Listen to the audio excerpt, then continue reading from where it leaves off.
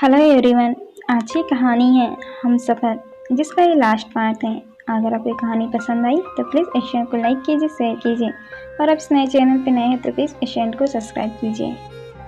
किशोर कोई contact number तो नहीं है, पर हाँ उसकी पुरानी कंपनी में उसका एड्रेस मिल सकता है। मेरा एक दोस्त है वहाँ पे, मैं उससे बात करता हूँ। अजय प्लीज़ बताना, मैं इंतज़ार कर रहा हूँ। किशोर क्या अभी बता सकते हो क्या प्लीज़। फ़ोन रखने के बाद किशोर अपने दोस्त हरीश को कॉल करता है और सारी बातें बताता है।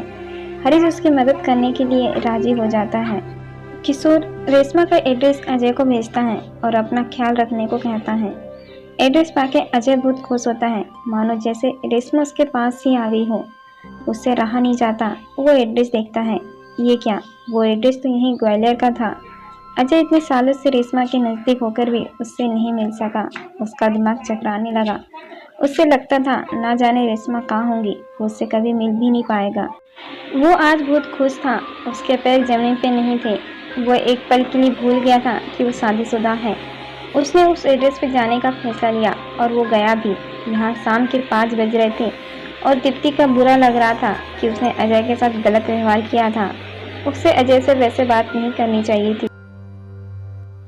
आज शादी की सालगिरह है और अजय अभी भी घर नहीं आए।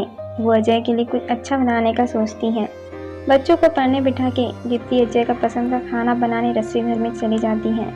यहाँ अजय रेशमा से मिलने की उत्सुकता में उस एड्रेस पे जाता है। डोरबेल बजाते हुए थोड़ा झिझक जाता है। इतने सालों बाद रेशमा को देखने की उत्सुकता उसे यहाँ दरवाज़ा खुलता है। अजय थोड़ा डरा हुआ सा सामने देखता है। दरवाज़ा एक छोटे 5 साल के बच्चे ने खोला था। अजय थोड़ा संभल गया। इतने में रेशमा भी बाहर आ जाती है। बेटा कौन है, दरवाजे पूछते हुए।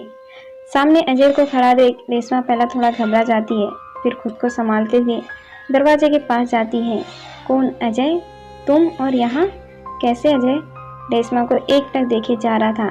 आज भी रेशमा बिल्कुल बेबसी ही लग रही थी, जैसे 8 साल पहले दिखती थी, बस थोड़ी और सुंदर हो गई थी। रेशमा अजय को पुकारते हुए, अजय तुम यहाँ कैसे, और मेरा एड्रेस किसने दिया तुमको? अजय क्या अंदर नहीं बुलाऊंगी, दरवाजे भी सारी बातें करूंगी। रेशमा सो सॉरी, आओ ना, आओ बैठो। अजय ये बेटा है तुम्हारा? रेशमा हाँ। अजय थोड़ा रुके, कैसी है तुम और यहाँ कब से हो? रेशमा 4 साल से हम यहीं पे हैं, इनका जॉब यहाँ पर ही है, इसलिए शादी के बाद हम ग्वालियर आ गए थे। रेशमा तुम बताओ तुम यहाँ कैसे? अजय मैं भी 8 साल से यहीं पे हूँ। रेशमा पर तुम्हारा घर तो मुंबई में था ना? अजय हाँ, छोड़ो वो सब, तुम्हारे पति कहाँ हैं?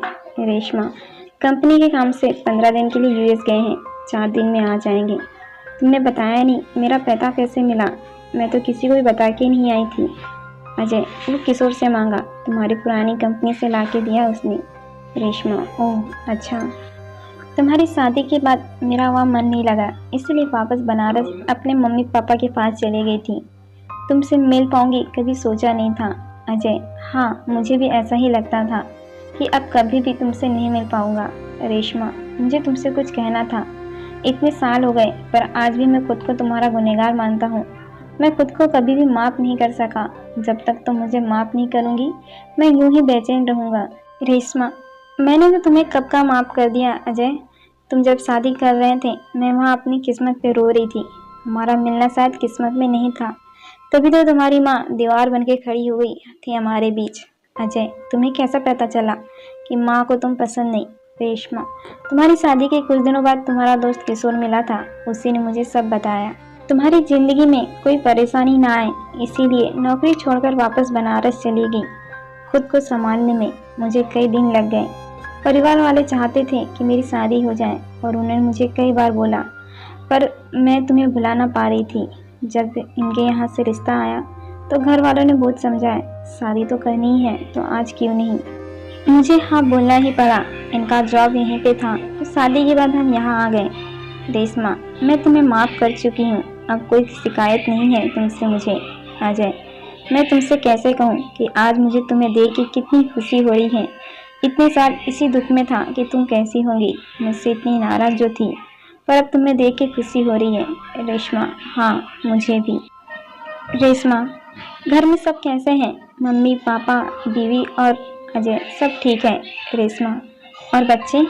अजय, हाँ बच्चे भी ठीक हैं। रेशमा, अच्छा है। देखा था तुम्हारी बीवी को मैंने, काफ़ी सुंदर है। किशोर ने दिखाई थी तुम दोनों को फोटो। अरे इसी महीने तो तुम्हारी शादी हुई थी ना? अजय, हाँ। दोनों खामोश हो जाते हैं। अरे रुको, मैं अभी आती हूँ। रेशमा अपने कमरे में जाती है। अलमारी से वो लाल साड़ी लेके आती है और अजय को देती है, जो कभी अजय ने उसे दिया था। अजय, ये क्या है? रेशमा, ये वो साड़ी है जो कभी तुम्हारी निशानी थी मेरे पास। मैं इसे खुद से कभी जुदा ना कर पाई। मैं चाहती हूँ कि ये साड़ी तुम अपनी पत्नी को दो, जिसकी वो हकदार थी और है। अजय, रेशमा ऐसा मत कहो। मैं अपने आप को कभी भी माफ नहीं कर पाया। इसी ग्लानि में जीता रहा कि मैंने तुम्हें धोखा दिया है। रेशमा, नहीं अजय, ऐसा कुछ भी अपने दिमाग में मत लाना। मैं अपने परिवार के साथ बहुत खुश हूँ। तुम भी खुश रहो। अपनी पत्नी और बच्चों का अपना प्यार और वक्त दो। ये जख्म आज नहीं तो कल भर ही जाएंगे। तुमसे मिलकर अच्छा लगा। ऐसा लगा जैसे कोई ख्वाब टूटा हुआ पूरा हो गया हो, मगर अब नहीं। मेरे पति बहुत ही अच्छे और सच्चे हैं। मेरी वजह से उन्हें कोई भी दुख हो मुझे गवारा नहीं। शायद ये आखिरी मुलाकात हो हमारी। अजय, ऐसा क्यों कह रही हो? अभी तो मिली हो।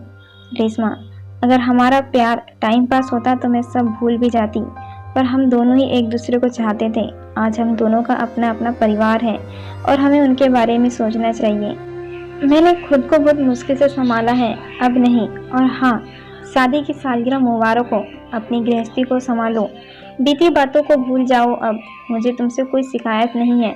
अजय रेशमा की दी हुई साड़ी को देखता है और उसे वादा करता है कि उसकी वजह से अब उसे कोई परेशानी नहीं होगी, और वो जाने लगता है। दरवाजे पर जाते ही वो पलट के रेशमा को एक बार देखता है। रेशमा, अपना ख्याल रखना। अजय, दोनों की आंखों भर जाती हैं। अजय भी उसे अपना ख्याल रखने को कहता है। रात होने को आई, पर अजय अभी तक घर नहीं आया था। दीप्ति थोड़ी चिंतित हो जाती हैं। वो आज अजय की पसंद का खाना बना रही थी। आज का दिन वो हमेशा ही कुछ खास करने का सोचती है, पर अजय को कभी भी उसका प्यार और उत्साह नजर नहीं आता। आज दीप्ति ने अजय की पसंद की लाल साड़ी पहनी थी। बालों में मोंगरे का गजरा, जो उसकी सुंदरता को हमेशा ही चार चांद लगाता है। अजय यहाँ रेशमा से मिलके वापस आने लगता है, हाथ में वो लाल साड़ी जो रेशमा ने उसे दी थी। कभी अजय ने उसे प्यार से गिफ्ट की थी। उसे याद है उस साड़ी को देख के रेशमा कितनी खुश हुई थी। रेशमा उसी साड़ी को पहन के अजय से शादी करने वाली थी, पर ऊपर वाला कुछ और ही चाहता था। दीप्ति का उसके जीवन में आना ऊपर वाले की ही मर्जी थी। आज रेशमा खुश है अपने परिवार में, जैसा कि वो चाहता था। अजय को वक्त का पता ही नहीं चला। उसे दीप्ति की याद आ गई। अरे, मैं दीप्ति को बिना बताए ही बाहर आ गया था। वो बेचारी मेरे लिए परेशान हो रही होगी। ऐसा सोचते ही अजय ने तुरंत रिक्शा पकड़ा घर के लिए। रास्ते में से एक दुकान में बहुत ही सुंदर साड़ी नजर आई। अजय को याद आया कि ये दीप्ति का पसंदीदा कलर है। उसने रिक्शा वाले को उस दुकान के पास रिक्शा रोकने को कहा। फिर अजय ने दुकान में जाकर वो साड़ी खरीदी। बिना वक्त गवाए अजय रिक्शा वाले को घर की तरफ चलने का इशारा करता है। घर के दरवाजे पे रिक्शा रुकती है। अजय जेब से पैसे निकाल कर रिक्शा वाले को देता है। जैसे ही रिक्शा वापस जाने लगती है, अजय उसे रोकता है और रेशमा की दी हुई साड़ी वो रिक्शा वाले को दे देता है। भाई, रख लो भाभी जी के लिए। घर में दीप्ति उसका बेसब्री से इंतजार कर रही होती है। दरवाजे का बेल बजते ही वो दौड़ी चली आती है। दरवाजा खोलते ही अजय को सामने देख वो बहुत खुश होती है। फिर नाराज होने का बहाना करके कहाँ थे अभी तक पूछती है। दीप्ति को लाल साड़ी और गजरे में देख अजय देखता ही रह जाता है। आज उसने दीप्ति को बड़े गौर से देखा था। उसका मासूम चेहरा कई सवाल किए जा रहा था, जिसका जवाब वो दे नहीं सकता था। अजय उसे सॉरी बोल के अंदर चला जाता है। दीप्ति आश्चर्यचकित होते हुए, अरे माफ़ी क्यों मांग रहे हो? आप मुझे माफ़ कर दो, मुझे यूं ही आपसे नहीं बोलना चाहिए था। दीप्ति अजय के पीछे पीछे उसके कमरे में आती है, शर्माते हुए। एक बार देखो तो, मैंने आपकी पसंद की साड़ी पहनी है, कैसी लग रही हूँ? अजय, अच्छी लग रही हो, पर अगर ये साड़ी पहनूंगी तो और ज़्यादा अच्छी लगूंगी। अजय उसे अपनी लाई हुई साड़ी देता है। दीप्ति, अरे वाह, मोर पीसी कलर मुझे बहुत पसंद है। खुश होती हुए, ये आपने खरीदी है मेरे लिए? अजय तेरी नज़रों से कोई शक? दीप्ति, नहीं, पर कभी लाए नहीं ना, इसीलिए पूछा। आपको पता था मुझे ये कलर पसंद है? अजय, हाँ तो पति हूँ तुम्हारा, इतना भी नहीं जानूंगा क्या? दीप्ति बहुत खुश होती हैं और अजय की लाई हुई साड़ी पहन के आती हैं। उस साड़ी में दीप्ति बहुत सुंदर लग रही थी। अजय उसे देखते ही रह जाता है। उसे एहसास हो चला था कि उसकी वजह से रेशमा और दीप्ति को कितनी परेशानी सहनी पड़ी, पर दोनों ने कभी भी कोई शिकायत नहीं की। अजय दीप्ति के दोनों हाथ पकड़कर उसे शादी की सालगिरह पेश करता है और अपनी गलती के लिए माफी भी मांगता है। दीप्ति, आज आप ऐसी बातें क्यों कर रहे हो? आप मेरे जीवन साथी हो, आपकी खुशी में ही मेरी खुशी है। मैं नहीं जानती कि आप मुझे प्यार करते हो कि नहीं, पर मैं आपसे बहुत ज़्यादा प्यार करती हूँ और ये ही सच है। मैं आपके साथ बहुत खुश हूँ। चलिए अब बहुत जोरों से भूख लगी है, खाना खाते हैं। अजय कुछ कहे बिना, चलो मुझे भी बहुत भूख लगी है, दोपहर से कुछ भी नहीं खाया। वहाँ रेशमा भी अजय के लिए खुश थी। इतने सालों बाद अजय से मिलकर सारी शिकायतें दूर हो गई थी। आज कई सालों बाद अपने प्यार को देख रेशमा की आंखें नम हो चली थी। वहाँ अजय भी इस बात से खुश था कि रेशमा ने उसे माफ कर दिया था और वो अपने परिवार में खुश है।